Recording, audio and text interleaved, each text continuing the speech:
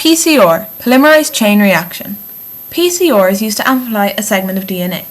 Traditional gene cloning takes place in vivo and is a much slower and more labour-intensive process. PCR, which is carried out in vitro, is often used instead as it is much faster. In the first cycle, the temperature is raised to 95 degrees Celsius, which melts the DNA strands. Two different oligonucleotide primers are added that are complementary to short sequences of DNA on either side of the desired fragment. The temperature is lowered to 55 degrees Celsius to allow the primers to bind to DNA.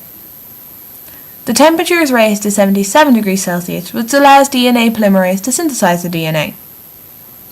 The desired sequence, along with the rest of the DNA, is synthesized. At the end of the first cycle, there are two double-stranded DNA molecules that contain the desired sequence. The cycle is repeated. There are now 4 strands that contain the desired sequence. The cycle is repeated for the third time.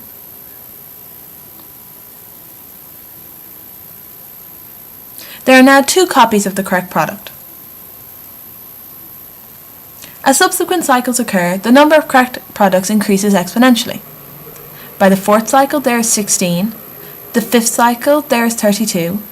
The 6th cycle, there is 64. And the 7th cycle, there is 128. By the 30th cycle, the number of correct products stands at over 1 billion.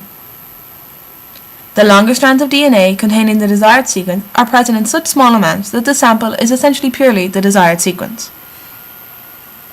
The sample DNA can now be sequenced and the gene can be analysed. There are multiple applications of PCR, including clinical microbiology, forensics, research, and molecular archaeology.